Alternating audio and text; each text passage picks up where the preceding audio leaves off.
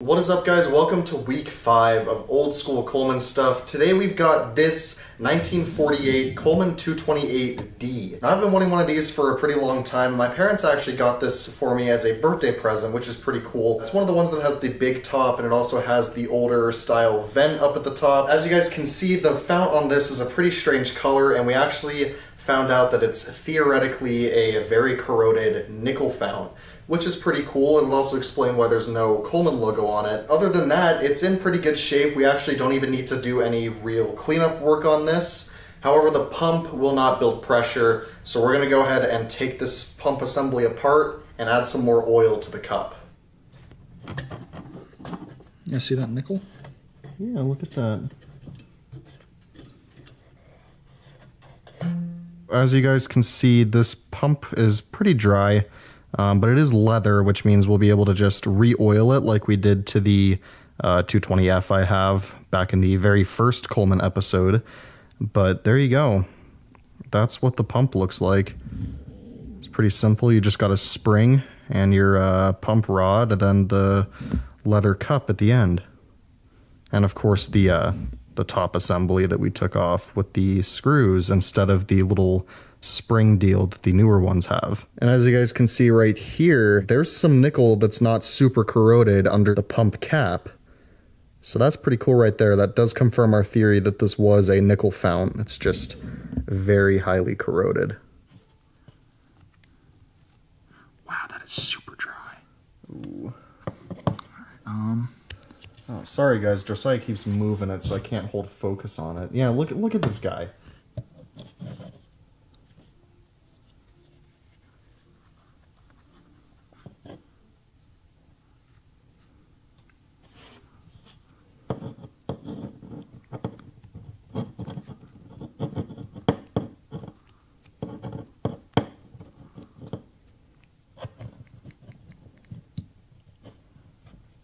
probably got some Coleman guys are like, oh my gosh, what is he doing? We're oiling the cup, guys. They might not even care, but a lot of people use motor oil. With Pennzoil, full synthetic. This is getting the luxurious stuff. Yeah. Gosh, that leather is bad.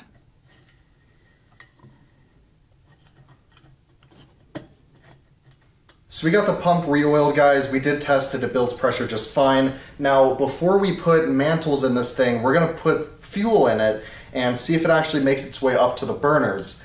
Because, as you guys saw last week, we burned through all the mantles I had left, and we now only have 2 mantles. So if we mess those up, that's going to be it, because all the places to get mantles are closed for the night. So we're going to go ahead and get some fuel in here and see if fuel makes its way up to the burners.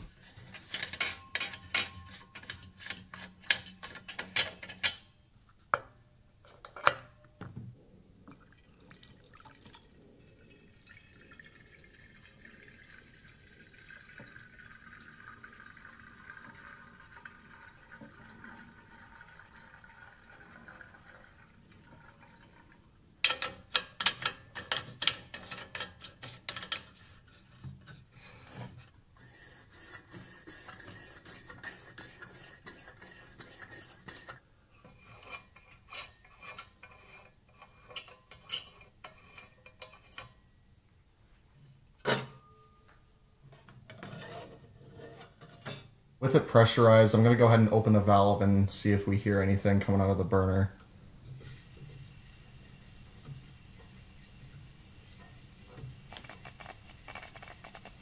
And that's the sound you want to hear, guys.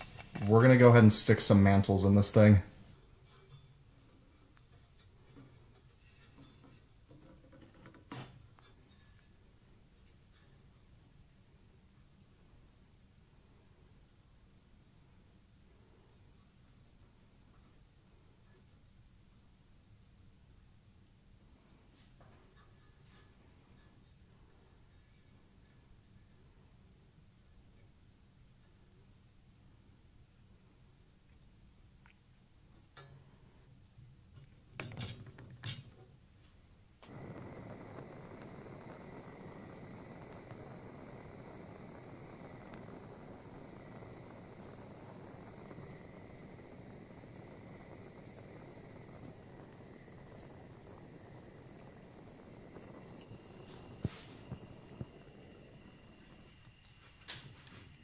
All right, well, I guess we're lighting it.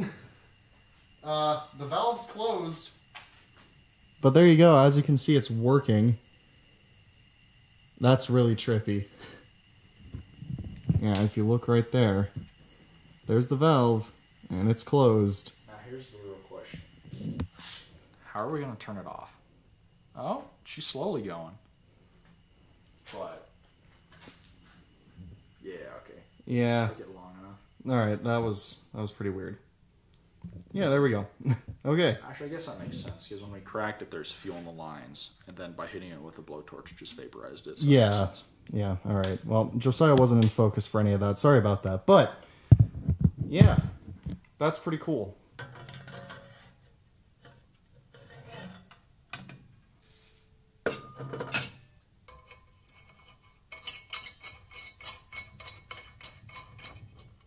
With that unintentional preliminary test out of the way, we now know it works. So we're going to go ahead and actually get this thing lit up while it's all put back together.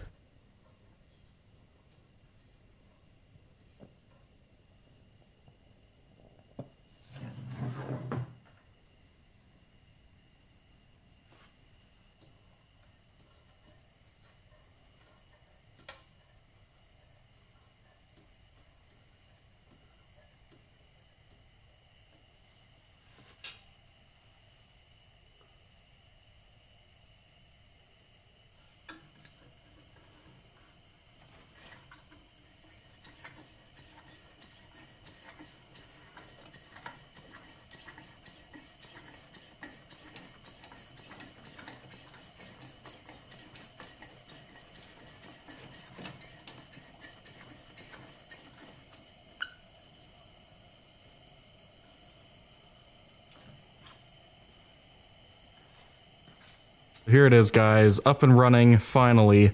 It actually didn't really take that much work to get it going, but there it is on the nice new lifetime table we got.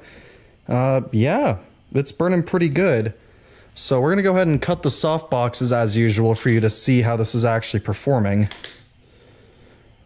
And there you go. Let me put it back at 800 ISO like the last few times. We're using different mantles in this one. These are American mantles made in India instead of the Coleman ones that we usually use. And they actually seem to be burning a little bit brighter, would you say?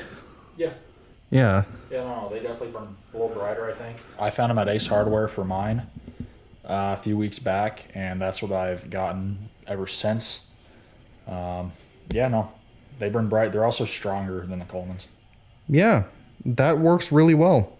So apparently the guy selling this said that it worked, but obviously it wasn't tested because the pump was so dry, but it does work very nicely at that. It didn't even flare up when I lit it. There you go, guys. Another success. This is the 4th Coleman lantern I have. It's pretty cool. I've wanted one of the big hat ones for quite a while now. Finally have one with this 1948 228D. This one wasn't really too hard to get running after we melted the old seal out of the cap and oiled the pump. Apparently the seller did say that this worked, but there's no way he could have known that because it seemed like it had been a while since there was any sort of fuel in the tank, and with the bad seal and the dry pump, there's no way he could have tested it. But regardless, it does work, which is pretty cool. As usual, big shout out to Josiah for filming the majority of this video and helping me get this thing going. I'll put his links in the description below. But anyway, guys, for this video, that's gonna be it. Hope you enjoyed it. It worked just fine. Cars have been running years. It's kind of cool. Look at this. If you focus past the stud, you can't see the stud. Because it's too blurred. And then there it is. Oh, that's wacky, bro. Yeah. Oh, not in auto. And it does actually look pretty nice as well. So, going pretty good so far. I'm going to redo that whole thing. That was really bad. That was stupid. All right. That's not in auto. Hey, Josiah.